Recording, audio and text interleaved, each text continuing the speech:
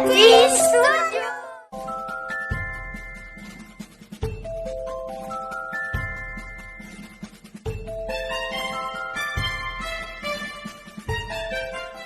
KNC Bible Verse Memory Challenge Day 219. Oh my God, this is Bible Verse of the Day. Philippians 4:13. In Tocsin version or in Papua New Guinea language, Philippi 4:13. We can make him all hear something.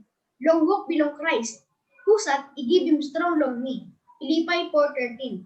And in Tagalog version, Filipos 4:13. Lahat ng mga bagay ay aking magagawa doon sa nagpapalakas sa akin. Filipos 4:13. Salamat po sa Diyos. Thanks be to God. Share the love. Good day, good job, perfect. Oh my God, it's your Bible verse of the day. Philippians 4:13. In King James Version. I can do all things through Christ, which strengtheneth me. Philippians 4:13. Thanks be to God po. Share the love. Good day.